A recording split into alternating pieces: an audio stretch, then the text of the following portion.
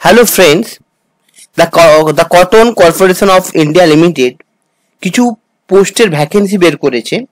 যে ভ্যাকেন্সির বিজ্ঞপ্তিটি 9 মে 2025 রিলিজ হয়েছে এবং আমরা দেখে নেব যে এটা কোন ওয়েবসাইটে ফর্মটি ফিল আপ করা যাবে বা নোটিফিকেশনটি পাওয়া যাবে।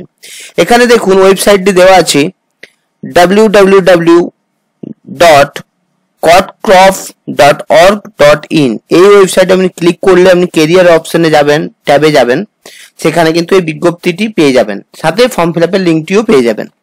এরপর আমরা দেখব যে ফর্মটির অনলাইন রেজিস্ট্রেশন কত তারিখ শুরু হয়েছে। 9 মে 2025 অলরেডি শুরু হয়ে গেছে এবং এটা কতদিন চলবে না 24 মে 2025, মানে আর হাতে বেশি দিন সময় নেই, 6 থেকে 7 দিন বাকি আছে।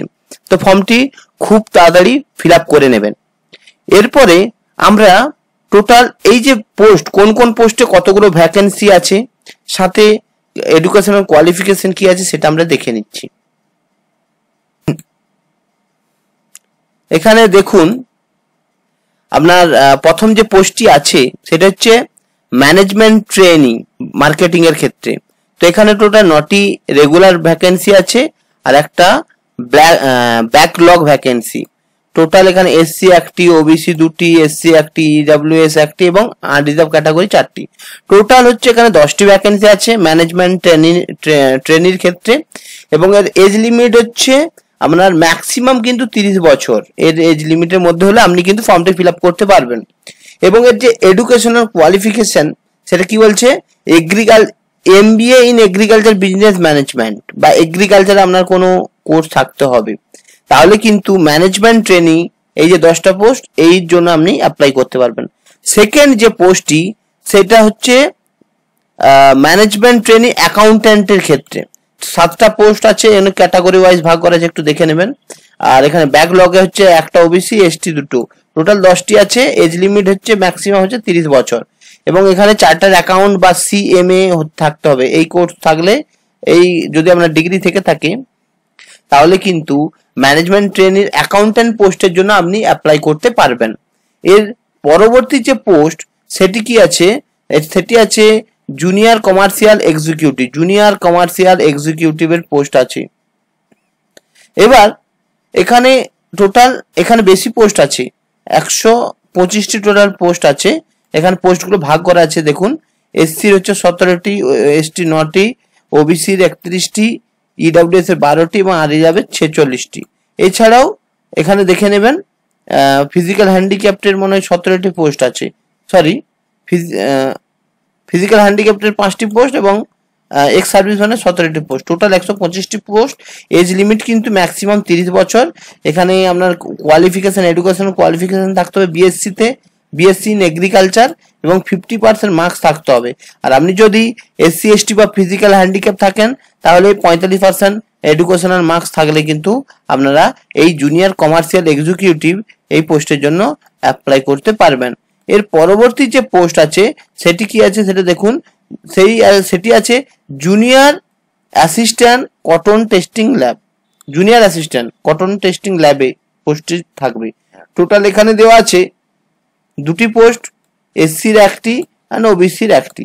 এখানে এডুকেশনাল কোয়ালিফিকেশনটা একটু দেখুন, diploma in electrical electronics industry instrumentation from any recognize polytechnic college, এটা একটু দেখে নেবেন। এই ডিগ্রিটা থাকলে আপনি কিন্তু জুনিয়র অ্যাসিস্ট্যান্ট কটন টেস্টিং ল্যাবে অ্যাপ্লাই করতে পারবেন। এরপর আমরা দেখে নেব যে এখানে এগুলো একটু দেখবেন, এগুলো হচ্ছে ফিজিক্যাল হ্যান্ডিক্যাপ যারা আছে, হ্যাঁ, তাদের এখানে এগুলো লেখা আছে কত পার্সেন্ট ফিজিক্যাল হ্যান্ডিক্যাপ কারা দিতে পারবে বা কারা দিতে পারবে না, সেটা ভিডিওটি পজ করে একটু দেখবেন। এরপরে আমরা দেখব যে পে স্কেল কেমন আছে। ম্যানেজমেন্ট ট্রেনিং মার্কেটিং এর ক্ষেত্রে যেটা বললাম 30,000 থেকে 1,20,000 স্যালারি এবং ম্যানেজমেন্ট ট্রেনিং অ্যাকাউন্টেন্টের ক্ষেত্রে 30,000 থেকে 1,20,000 স্যালারি। জুনিয়র কমার্শিয়াল এক্সিকিউটিভ 22,000 থেকে 90,000 স্যালারি এবং junior assistant cotton testing lab 22,000 থেকে 90,000 স্যালারি। এগুলো কিন্তু খুব হাই লেভেলের কিন্তু স্যালারি আছে। ফর্মটি কিন্তু আপনারা ফিল আপ করতে পারেন এবং এক্সামগুলোতে বসতে পারেন। এরপরে এখানে যেখানে লেখা আছে দেখুন প্রবেশনাল পিরিয়ড, মানে আপনারা যদি সিলেকশন হন তাহলে কিন্তু আপনাকে 1 বছরে যে 12 মান্থ বা 1 ইয়ারের জন্য কিন্তু এখানে জয়েন করে সেটা প্রফেশনাল পিরিয়ড বা ট্রেনিং পিরিয়ডের মধ্যে কিন্তু আপনারা থাকবেন। তো এরপর আপনাকে ফর্মটি ফিল আপ করার জন্য এখানে দেখুন বয়স কিন্তু 18 বছর থেকে 30 বছর হতে হবে এবং আপনাকে অবশ্যই ইন্ডিয়ান সিটিজেনশিপ হতে হবে। তো আর এজ রিল্যাক্সেশন যেটা বলেছিলাম যে 30 বছর পর্যন্ত, কিন্তু আপনারা যদি SC ST হন তাহলে 5 বছর এজ রিল্যাক্সেশন পেয়ে যাবেন এবং OBC হলে 3 বছর এবং ফিজিক্যাল হ্যান্ডিক্যাপ হলে কিন্তু 10 বছর আপনারা এজ রিল্যাক্সেশন পেয়ে যাবেন।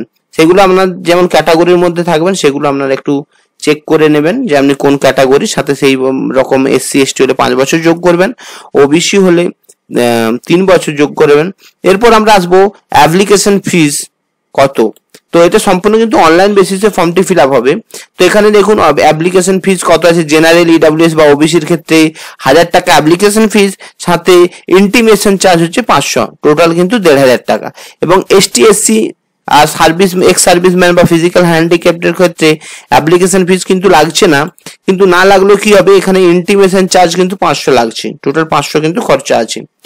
এরপর আপনারা পিডিএফটা একটু ভালো করে কিন্তু দেখবেন, একটু ভালো করে পড়বেন। এই যে এখানে দেখুন কিভাবে অ্যাপ্লাই করবেন। এই যে ওয়েবসাইট আছে www.cotcrop.org.in, এখানে যাওয়ার পর আপনারা কিন্তু রিকোয়ারমেন্ট ট্যাবে যাবেন, সেখানে কিন্তু এই অ্যাপ্লিকেশন ফর্মটি দেখতে পাবেন। অলরেডি কিন্তু 9 মে, এই যে 9 মে 2025 থেকে শুরু হয়েছে, 24 মে 2025 পর্যন্ত কিন্তু ফর্মটি ফিল আপ হবে। তো এই হচ্ছে এখানে দেখুন ডকুমেন্টস গুলো, এই ডকুমেন্টস গুলো কিন্তু আপলোড করতে হবে। ডকুমেন্টস গুলো একটু পড়ে দেখে নেবেন। এই ডকুমেন্টস গুলো যত সাইজ বলেছে সেরকম সাইজ অনুযায়ী কিন্তু আপনাদেরকে আপলোড করতে হবে। এবার আমরা দেখব যে এক্সামিনেশন সিটি, কোন কোন সিটিতে আপনারা এক্সাম দিতে পারবেন। তো এখানে দেখুন মুম্বাই, নবী মুম্বাই, হায়দ্রাবাদ, নিউ দিল্লি, চেন্নাই, লখনৌ, চণ্ডীগড়, কলকাতা, বেঙ্গালোর, আহমেদাবাদ, পাটনা, জয়পুর। আপনার যেখানে বাড়ি বা যে ডিস্ট্রিক্টে যে স্টেটে বাড়ি সেই অনুযায়ী আপনার যে এক্সাম সেন্টার আছে সেখানের জন্য কিন্তু আপনারা এক্সাম সেন্টার চুজ করবেন। তো তাহলে সেটা কি হবে, তাতে আপনার বাড়ির কাছাকাছি, মানে কম্পারেটিভ খুব কাছাকাছি বলবো না, কারণ এখানে এক্সাম সেন্টার খুবই কম আছে।